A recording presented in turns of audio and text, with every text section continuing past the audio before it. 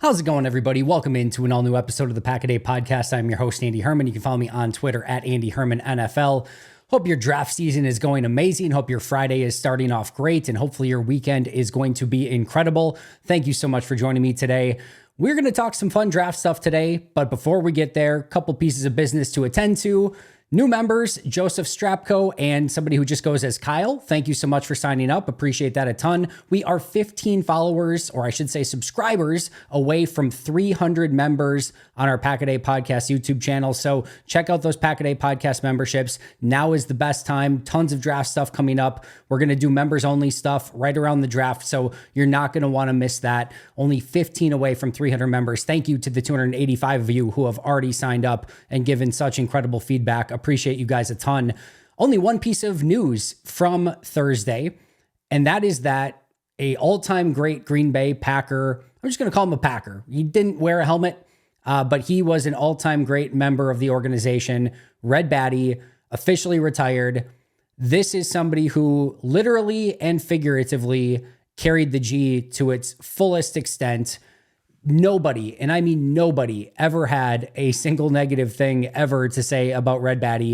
When you talk about somebody who goes about their business, does their job to the highest level imaginable, and is just that person that you always want to work with, that is Red Batty. And this should be a no-brainer first ballot Packers Hall of Famer.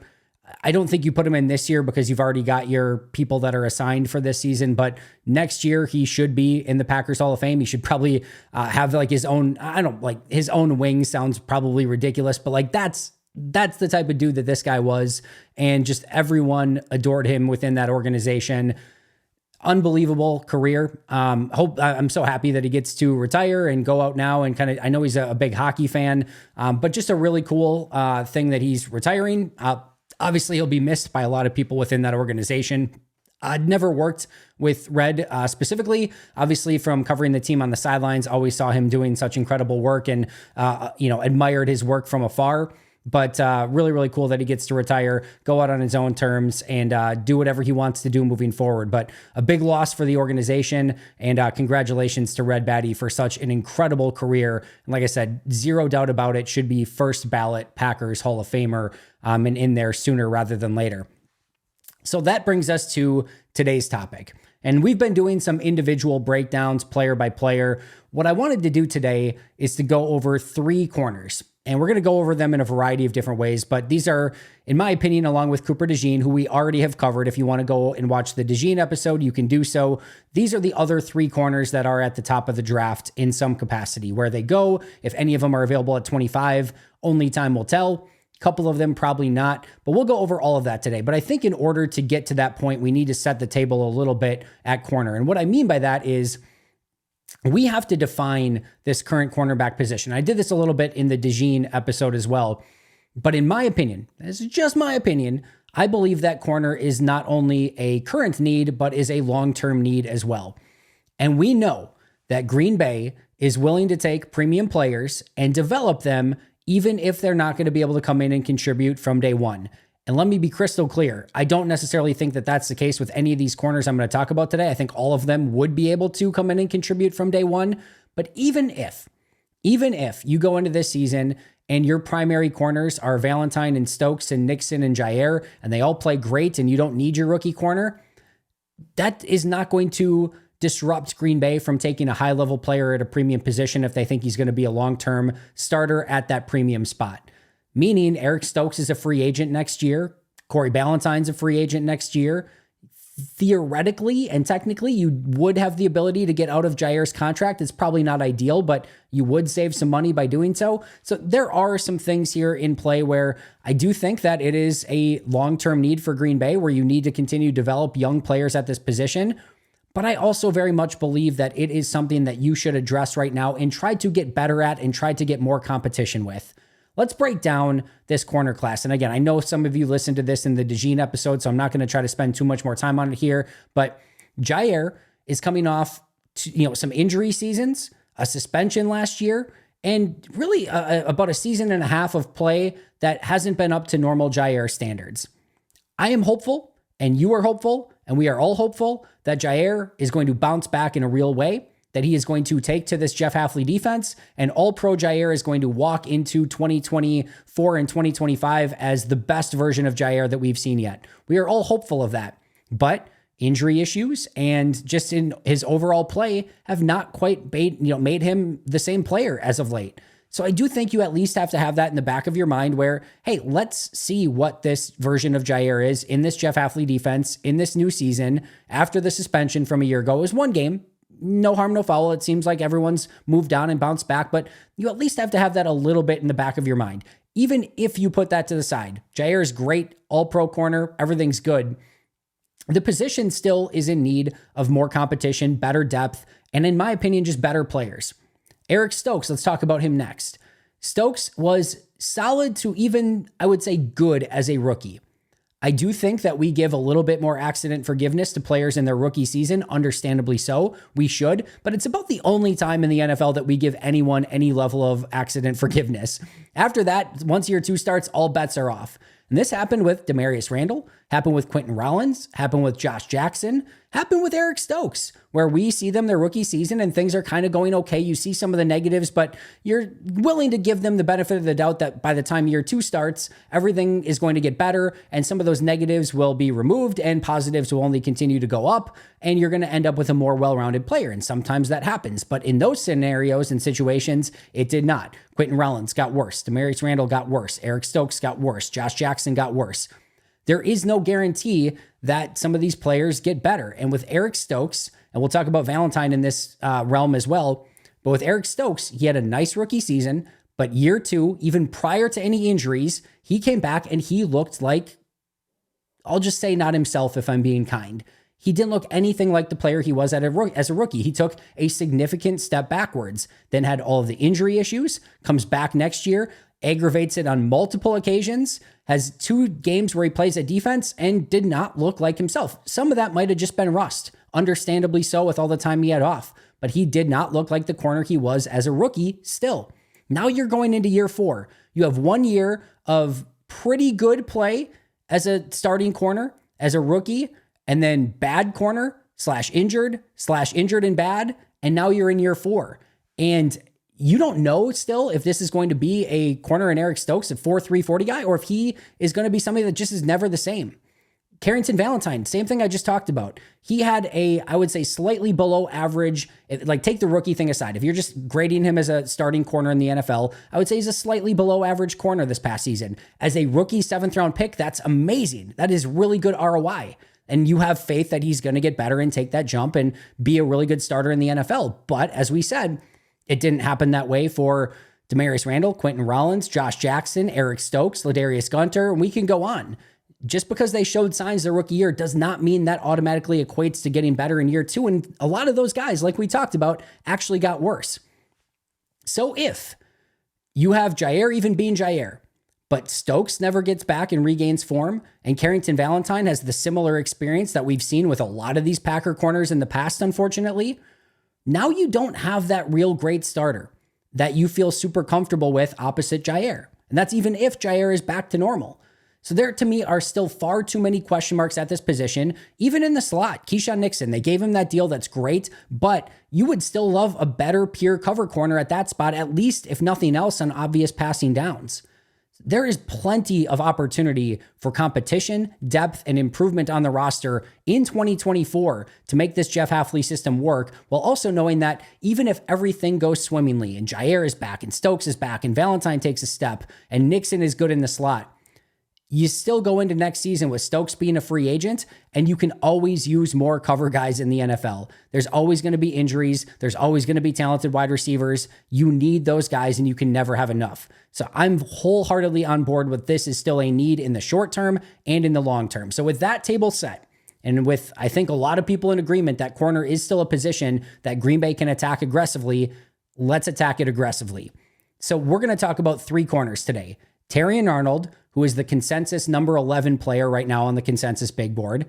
Quinyon Mitchell, thank you, autocorrect on my notes here. Quinyon Mitchell, consensus number 12 player in the NFL draft right now on the consensus big board. And Nate Wiggins, the 22nd player on the consensus big board. So the 11th, 12th, and 22nd players. Remember, Green Bay has pick 25. We already discussed Cooper DeJean, so if you want to check out that episode, you absolutely can. But Green Bay picks at 25, and those are the 4 corners, including DeJean, along with Wiggins, Mitchell, and Arnold, that are expected to go early in that range. We also already went over Kool-Aid McKinstry, if you want to check out that episode as well. The one that I feel a lot more confident will be there at pick 25 for Green Bay. So with this in mind, if they're going to get one of these players, specifically a Quinyon Mitchell or a Terrion Arnold, in all likelihood, they are going to have to trade up in order to do so. I've talked about this a little bit before. I know I talked about it in the members Q&A just yesterday, but I'll go over it here once again. If you told me that Green Bay traded up in the draft, there to me are only 2 players that make sense from a real logical standpoint that Green Bay would be trading up for. Terrion Arnold and Quinyon Mitchell. Those are the only 2 that I can really logically jump to say, yep, I can understand. Not a quarterback. There's no running backs that you're trading up for. There's no running backs that are going to go round 1. They're not trading up for a wide receiver with the level of talent that they have. They don't even draft wide receivers in the first round, much less go up and trade for one when they finally have a stacked wide receiver position. So that's not happening. They're not moving up for Brock Bowers when you have Musgrave and Kraft. Offensive line is interesting. I don't think there's that 1A perfect player that they would go up for. And the other thing you have to remember is if they were really interested in an offensive lineman, this is a really deep offensive lineman draft, and there likely is going to be a very good one available for them at 25. So the odds they need to go up and get one are probably pretty slim. Defensive line or interior defensive tackle, whatever you want to look at it as, that is a maybe when it comes to Byron Murphy. There could be a situation there. That would be the only other one I could even fathom. I still don't necessarily see that. I don't think they necessarily need to move up for a defensive tackle at this point in time. And if you sort of look at where he's at, I think he probably goes before the point where Green Bay can even get in that conversation of trading up anyway. So that one to me does not make a ton of sense. No other defensive lineman makes sense to trade up for in this draft. The edge rushers, I don't think they're going to pass Letu and give additional resources with the neck issues that he's had. Dallas Turner going to be gone before they get to a point of trading up. Maybe Jared Verse, but with them picking Lucas Van Ness as of late, I don't think they would go up and get him with Gary under a big contract, Lucas Van Ness, Preston under contract, and Igbare coming back from injury. It doesn't seem like it would be in the cards to trade up aggressively for an edge player, a defensive end, whatever you want to view it as. Off-ball linebacker, they probably can get whatever one they want at pick 25, so don't see that. Safety, same thing. There's no safeties that are going to go before pick 25, so no need to trade up. So that only leaves corner. And I think McKinstry's there. I don't think they move up for DeJean, which leaves, by process of elimination, only 2 players. And that is, once again, Quinyon Mitchell and Terrion Arnold. If you told me today, on April 12th, as this is getting aired to the universe, that the Packers moved up in a trade, I would be pretty shocked if it wasn't for one of those 2 players. As we just went through, there's not a ton of other players that make sense. Maybe there's an offensive lineman they fall in love with. Maybe Byron Murphy II. That's the only other situation or scenario, but I think it's far more likely that it's one of those 2 corners. And as we talked about, corner a need now and in the future, and I think that you can grab somebody that can come in and help this team right now. Let's start here with Nate Wiggins, and we'll talk about, are these Packer fits or not? All of these, of course, are premium position players. They're all outside corners, so they fit that premium position threshold. Wiggins has a 9.44 relative athletic score. However, as we see more and more of, no bench press and no agility testing. So it's a very incomplete relative athletic score. Either way, he's extremely athletic, and I think he would pass all of their overall athletic metrics. Is he from a Power 5 conference? Yes. And does he have the age thing? Yes. He's 20 years old right now. He turns 21 in August. So when they draft him, this is very Kenny Clark-ish. He would not even be able to drink yet. And we will make jokes in his 9th year in the league of how he's just turning 22 finally, and so on and so forth. But very, very young for Nate Wiggins. As far as the cornerback specific traits that Green Bay likes, as far as the 7 or under 3 cone, it's an unknown. He didn't do testing. I'm willing to bet that he would have easily passed that with how he plays as a corner. Don't think there's a concern there. 4.6 40, yeah, he ran a 4.28. He hits that. 5'11 or taller, yes. He's 6'1", excuse me. This is the one I was trying to get to. The 190 pounds is basically Green Bay's cutoff for corners that they draft. He's 173 pounds, a bottom 1% weight for the cornerback position. And it's not like this is a compact 5'9", 173. He's 6'1". He's over 6'1" and 173. This would be the lightest corner on the Packers roster by far. Their lightest corner is the guy they just picked up, Gemon Green, who's 183 pounds. And they're just taking a flyer on him as a guy that's out there, and we'll see if he even gets to training camp or not. And he's 10 pounds heavier than Nate Wiggins. Everyone else, 196 pounds, 196 pounds, 193, 205, 200, 193, 194, 189. It's not even in the same stratosphere. This is not the type of player that Green Bay generally goes for. It would be well outside of their thresholds from a weight standpoint. Goody has talked about still liking physical players on the outside. It's in the Ron Wolf, the Packers way about wanting those bigger corners, especially in winter. I do not see Nate Wiggins as a Packer specifically due to that one characteristic. We do know that they are willing to go outside of their thresholds, usually on one thing. This would be so outside of it, though, that I just think it's probably not going to happen. If you're looking for any sign that maybe Green Bay is willing to go a little bit lower on that, I guess it's somewhat good news that their first cornerback signee, their new player on the roster in the Jeff Hafley era, is Gemon Green, who is 183 pounds, which is at least 6 pounds less than anyone else on the roster. So maybe it's a sign, but I just don't see it. So for that reason, don't think Wiggins is in play. I will say this, I really like Wiggins. Just really quick, some pros. Closes to the ball at an insane speed. That 4.28 really shows up. Can play outside. I think he can play in the slot as well. Projects as someone who can play zone or man. I think he's slightly better as an off corner right now, but he should be fine in either style. Speed, fluidity, height, length to play at any coverage and succeed. He's got a lot of traits really going in his favor outside of that weight. He tackles well in the passing game. He tackles well. We'll talk about the other side in just a second. He's a very instinctive player. I think he could become a playmaker with a lot of INTs with his speed and his instincts. And he, of course, has that elite recovery speed. On the downside, his run defense is abysmal. It is awful. It is bad. Don't watch him in run defense. It's not pretty. Another reason why I don't think he's going to be Green Bay's cup of tea. He needs to do a better job of getting his head turned on deep balls. He can get a little bit grabby, and in general, he needs to be a little bit more physical. As you can imagine, a 6'1", 173 pound player is going to have a little bit of issue with physicality. That's definitely something that shows up as well. My final verdict here, not a Packer unless their cornerback thresholds have completely changed and they're willing to go with an extremely light, non-run defending corner. Does not feel like they'll go in that direction. But like I said, I do really, really like Wiggins. Just don't think it's probably in the cards unless he's actually going to the cards. Quinyon Mitchell, of course, premium position, outside corner, 9.79 relative athletic score. No agility testing. He did do the bench press, but no agility testing here. Did not come from a Power 5 conference, so that he has going against him. I don't think that's going to limit Green Bay. They took Jordan Love. I don't think they're going to say, wow, this is a great prospect. He's got everything we look for, but you know what? Just not a power conference guy, so we're going to pass. I don't think that's going to play a part. He is currently 22 years old, although he does turn 23 in July. For the cornerback specific thresholds, for the 7.003 cone, or 7 second or under 3 cone, that is unknown. Again, he did not do the testing there. The 4.6 40 time, he ran a 4.33, so easily checks that box. 5'11 or higher, yes, he's 6 feet tall. 190 or higher in weight, yes, he's 195. So he hits everything there. Just again, unknown is the 3 cone, which he did not do the agility testing. So the question marks as to whether or not Green Bay would be interested: smaller school and unknown 3 cone. Other than that, he hits everything they look for and is very much a Packers type player. PFF grades, I didn't go through everything for Wiggins just because I don't think he's probably in play. I just wanted to give you a general breakdown, but we'll go a little bit more in depth here with Quinyon Mitchell. In 2020, he played 46 snaps with a 59.6 grade. 2021, he played 588 snaps with a 79.7 grade. 2022, 883 snaps with a 92.5 grade. And in 2023, he played 781 snaps with a 91.5 grade. So some big time grades these past 2 years for Mitchell.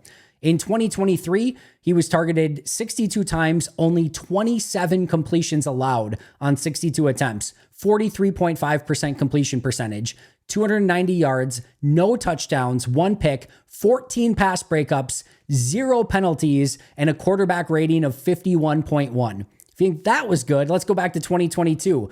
Targeted 70 times, only 27 completions allowed, 38.6% completion percentage, 270 yards on 70 attempts. They threw at him 70 times and only gave up 270 yards. That is unbelievable. He did give up 3 touchdowns that season, but had 5 interceptions, 13 pass breakups, did have 3 penalties that year. Oh my goodness, 3 in 2 years. A 34.8 quarterback rating, 34.8 on his career, thrown at 188 times, 84 completions, 44.7% completion percentage, only 897 yards in 4 seasons, 5 touchdowns, 6 picks, 32 pass breakups, only 6 penalties, and a 54.8 quarterback rating. Unbelievable numbers for Mitchell in college as a cover corner. His strengths, he is an unbelievable athlete. He is smooth, he is fast, he closes well, he's tall, he's well built. He's got everything that you're looking for as a premium corner in the NFL. That closing speed is elite, and he plays extremely fast from off coverage. So he will be well off in coverage, and it looks like you've got an easy complete. Nope, he's on it immediately.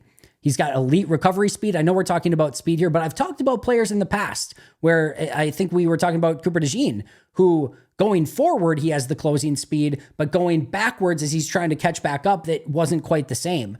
With Mitchell, it checks all the boxes. The speed in general looks amazing. The speed coming forward looks amazing. The speed going backward looks amazing. It is all speed all the time. He once picked off 4 passes in one game and took 2 of them to the house for touchdowns. He does not commit penalties, as we talked about. 0 penalties this past season, only 3 the year before that, and only 6 in his career. 444 career snaps at special teams, so some versatility there. And he played in every game the past 3 seasons. So much to like about Mitchell. His weaknesses, he did play mostly and primarily off coverage. Did not play a ton of press coverage at all. In fact, it was very rare that you saw him in any sort of press coverage. The projection there should be fine, but it is a projection. Bit of a hitch in his turn. So we talk about that change of direction ability and maybe why he didn't do the 3-cone or the short shuttle. There was just a little bit of a hitch in his turn. He is a little bit taller. He's a little bit twitched. I should say, like just muscly. So sometimes that can lead to a little bit more of a slower sort of non-oily hip type player. You see a little bit of that. He's so freaking athletic that it's not a huge issue, but it does show up a little bit on tape. I do think he needs to, as every single corner does, and specifically a small school corner, he needs to become a little bit more technically proficient overall at the position, and he is purely an outside corner. This is not a slot guy. This is going to be somebody that's going to live on the outside. So if you're looking for that versatility, you're not going to get it with Mitchell. You are going to play him on the outside all day, every day. As far as a fit, he has played that more off coverage. He might need to take a little bit of time making that transition to potentially playing a little bit more closer to the line of scrimmage and playing a little bit more press coverage. As I mentioned, I think the transition from the small school, going from the small school to the NFL, is going to be something that could take a little bit of time as well. And again, just not having that slot versatility could affect their thoughts of maybe moving up a little bit. But overall, listen, he is everything that the Packers look for at corner. Again, you would love to see the short shuttle. You'd love to see, or the 3-cone and the agility testing. You would have loved to have seen maybe him play at a higher level school, but he played against Marvin Harrison. Like, he played against some good competition over his time. I just think there's going to be maybe a little bit of a learning curve there, but this is a very much, sort of 1A tier Packer, in every single draft. And I think they're going to be very high on Quinyon Mitchell. I think the big question is, how high can they get? Mitchell is a picture perfect fit for the Colts at pick 15 as like a floor. He could go before that, but the Colts are in desperate need of corners. They might be and are probably the only team that loves high-end, ridiculous athletes more than Green Bay. They take athletes at an even higher level than Green Bay, which it seems impossible, but the Colts do. So you're looking at a premium position, high-end athlete at a huge position of need. Quinyon Mitchell screams off the page for the Colts. I think it's going to be tough for Green Bay to get ahead of 15 in Indianapolis based on their draft capital and based on what Goody does in the draft.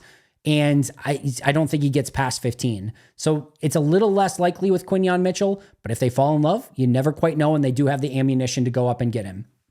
And that brings us to Terrion Arnold.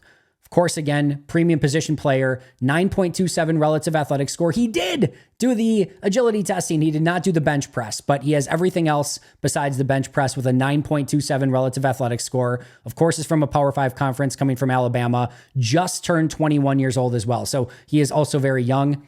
Cornerback specific traits. He hits the 3-cone with a 6.69, hits the 40 time with a 4.5. hits the size threshold. They want 5'11". He's 5'11 and a half. And the weight threshold is 190 plus. He is 189. So unfortunately, he cannot be a Green Bay Packer.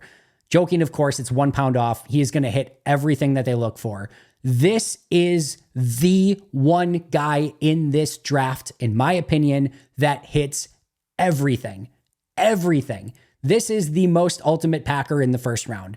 The issue, of course, is that he's an ultimate every team player for the most part in the first round. And having him get to 25 is a probable near impossibility.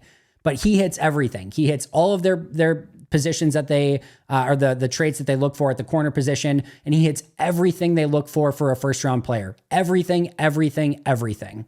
He's the guy. There's nobody else. And it's a need both now and in the future. It's the guy. There's nobody else. I'm dead serious. Like, this is the most Packer in this draft. It's just, he's probably gone, right? But let's talk about that. So let's go over his profile first. PFF in 2022, he played 549 snaps with a 73.1 grade. In 2023, 840 snaps with an 88.4 grade. They gave him a 90.6 run defense grade. 90.6 in run defense. That doesn't happen for anyone at corner. That tells you the type of mentality he has at that position.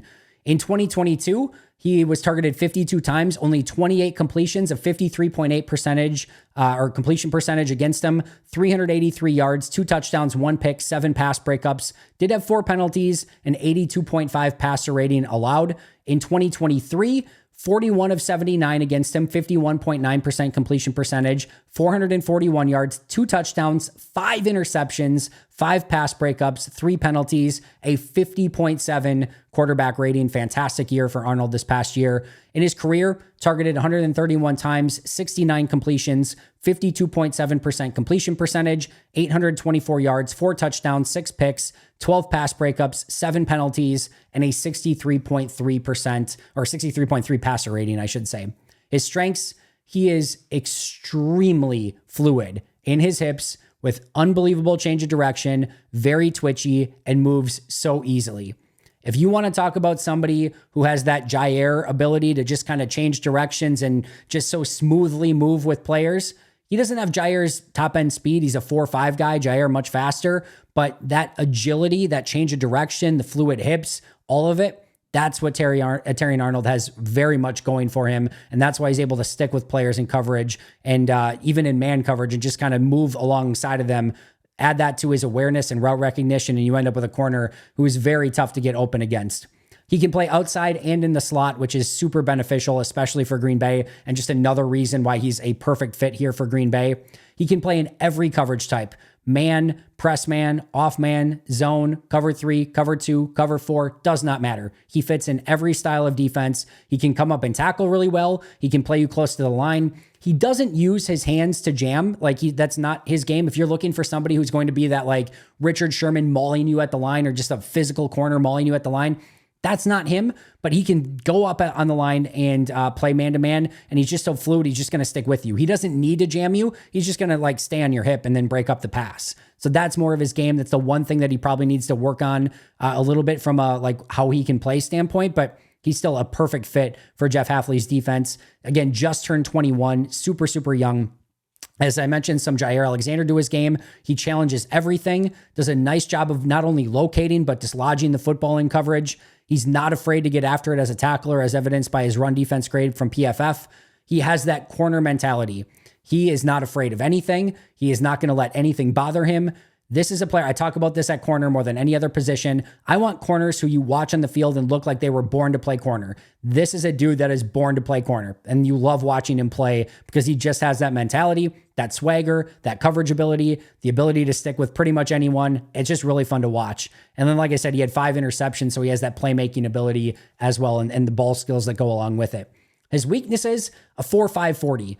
It's not bad. It's fine. It's good. It's just not elite. If you're looking for somebody with that elite speed who can maybe stay with somebody down the field a little bit more, Arnold does not have that. He makes up for it with awareness, recognition, and again, the ability to stick with wide receivers. Because listen, there is a benefit, right? If you've got those fluid hips and you're playing up closer to the line of scrimmage, A player who runs a 4.340, but it takes forever to turn and run with the receiver is probably worse off than a guy who runs a 4.540, but can flip his hips immediately and immediately get back up to speed. So there is advantages there too with how he plays the game. But again, if you're looking for that elite makeup speed and just overall, just speed, I guess the 4.5, not terrible. Like, it's so funny because like even if you ran 4.49, the 0.01 seconds, doesn't it just sound so much better? It's not bad at all. 4.5 is fine. It's well within the range of being still a very good corner in the league. You just wish he had that like 4.41, 4.3, something like that speed. He just does not have that in his game, and it does show up on tape as well. He will overplay a little bit at the top of the route. Strong route runners give him trouble at the line of scrimmage with their releases. And then he does need to have a better understanding of what depth to play at in off coverage. You'll see him get a little bit too deep at times, and that's not his game. Unlike Quinyon Mitchell, who can play deep and then just close to the ball because he's got that insane speed. Arnold just doesn't have that. So he needs to play a little bit closer so that he can get up there if needed. Otherwise, he's just allowing some easy completions underneath. But overall, he is a very squeaky clean prospect that is going to be able to come in and compete outside in the slot and just be a very good corner from day one. The fit is immaculate. He hits everything. He's a perfect scheme fit. He would challenge Nixon in the slot. He would challenge Stokes and Valentine on the outside. He's going to start. Like, he is going to start. It's just, do you start him in the slot and have Valentine or Stokes opposite Jair, or do you start him opposite Jair and have Nixon in the slot? That's the only question. He's going to be their number 2 corner opposite Jair or with Jair in some capacity if he plays in the slot from day one, in my opinion. The final verdict here for Terrion Arnold is, how high do you need to get him? Especially knowing, again, that he is sort of the perfect guy for Green Bay based on what they look for, based on their team needs, based on everything. He just fits perfectly. On ESPN's most recent mock draft, they have Terrion Arnold going 15 to the Colts and Quinyon Mitchell going 12 to the Broncos. The Ringer has Arnold going 15 to the Colts and Mitchell 8 to the Falcons. NFL Network has Arnold going 11 to the Vikings. I don't think that's going to happen. I think Minnesota's going to move up, but we'll see. And then Quinyon Mitchell going 17 to Jacksonville. If you look at the Rich Hill chart, which is, I think, the best trade value chart out there, let's see where Green Bay can get. If they were to trade pick 25 along with both of their third round picks, that gets you to pick 15. So their first round pick plus their 2/3, that theoretically gets you to about pick 15 in the draft. Pick 25 plus their second round pick, pick 58. So pick 25 plus pick 58 gets you to pick 15 in the draft. Pick 25 plus their first second round pick, pick 41. So 25 plus 41 theoretically gets you to pick 10 and might be able to get you any corner that you want at that point in the draft. Pick 25 plus pick 88, their first third round pick, gets them to pick 19. Pick 25 plus pick 91 gets them to pick 20. So they could get probably as high as 10, as low as 20 if they just want to throw in their late third round pick. That's sort of the range that you're looking for. Here, to me, is the sweet spot for all of this. If Green Bay wants one of these corners, this is the scenario that happens, in my opinion. You get through 1 through 14, and it's very quarterback, wide receiver, offensive line, edge rusher heavy. And those corners do not go in the top 14. 15 comes along, and Indianapolis takes one of them. I think they take Quinyon Mitchell, knowing how they value the corner position and what they like in their athletes. I think they take Quinyon Mitchell at 15. And then you have Terrion Arnold there at 16. That's the scenario. That is the scenario for the player in this draft. If that were to play out, you have Seattle picking at pick 16, a team that Green Bay has traded with a lot, and a team that loves moving down in the draft. They do it a ton, especially early in the draft. So you have a known relationship with John Schneider in Seattle at pick 16 with the guy that you want most on the board, and you have probably the choice of giving up pick 25 plus both of your thirds, or pick 25 and your second round pick 58. Make your choice, or maybe you just give Seattle the choice. Which one do you want? Do you want both the thirds? Do you want our second? And then, of course, they get pick 25 as well. And if they do that, and if he's there at pick 16, Seattle just drafted Devin Witherspoon last year. I don't think they're going to draft another corner that early. I could be wrong, but I don't think so. But that to me is the scenario. No corners 1 through 14. Colts take Mitchell at 15. Arnold is sitting there at 16. Packers call up Seattle. They work out that deal for either their second or their 2/3. They get the deal done, and Terrion Arnold is a Green Bay Packer at pick 16. That's the scenario. So my final thoughts here, Nate Wiggins, probably not in play for Green Bay just based on his weight. That's not something they do. You never know with Goot. He's always willing to throw a curveball every once in a while, but Wiggins does not seem their type. Quinyon Mitchell, complete Packers type, a little bit more of a projection here, fitting in Jeff Hafley's defense, but he projects to fit very well in the defense. But again, it is a little bit more of that projection. I just think he probably has the better chance of going in the top 15 picks, and I don't think Green Bay's quite that aggressive to go and get him prior to Indy taking him at 15 if that is the direction that Indianapolis does in fact go with. I don't think they go aggressive to get up to 14 or above. Indy probably not super excited about trading down with a team that might take one of those corners. So again, pick 16 is sort of that sweet spot, and that's where Terrion Arnold comes in. If he does get to 16, if Green Bay is interested, if they do like him as much as I think they're going to like him, pick 25 plus pick 58 or pick 25 plus their 2/3 with Seattle, pick 16, Terrion Arnold's your guy, and that's how it could potentially come to fruition. And I'll say it one more time. If you told me today that Green Bay traded up in the draft, Quinyon Mitchell, Terrion Arnold, that's it. Those are my two guys. I don't think there's anyone else that makes a ton of sense. That's going to do it for me today. Let me know in the comments below what your thoughts are on my proposal here. Would you do it? Would you trade 25 and 58 to go and get one of these corners? Would you trade 25 and the 2/3 to go get one of these corners? Or are you more apt to just stay at pick 25 and see if somebody else is there? Maybe DeJean is there at pick 25. Maybe McKinstry's there at pick 25 and you're just more willing to stay there, pick one of those guys and still have those extra picks at your disposal. I understand that direction as well if that's the way that you want to go. But again, if it is a trade up, I think it's one of those scenarios that we just discussed. Shout out to our Hall of Fame and All-Pro members, Most Hated Minnesotan, PJ Wynn, John Wild, Shea Bradad, Brandon Paletta, Jennifer Wright, Boom Handle, Donald Lee, Lori Lord, Baby QB, David McCluskey, Donald Decker, Bremen, David Prendergast, and Dan Miller. I'll see you guys soon, but until next time, and as always, go Pack Go.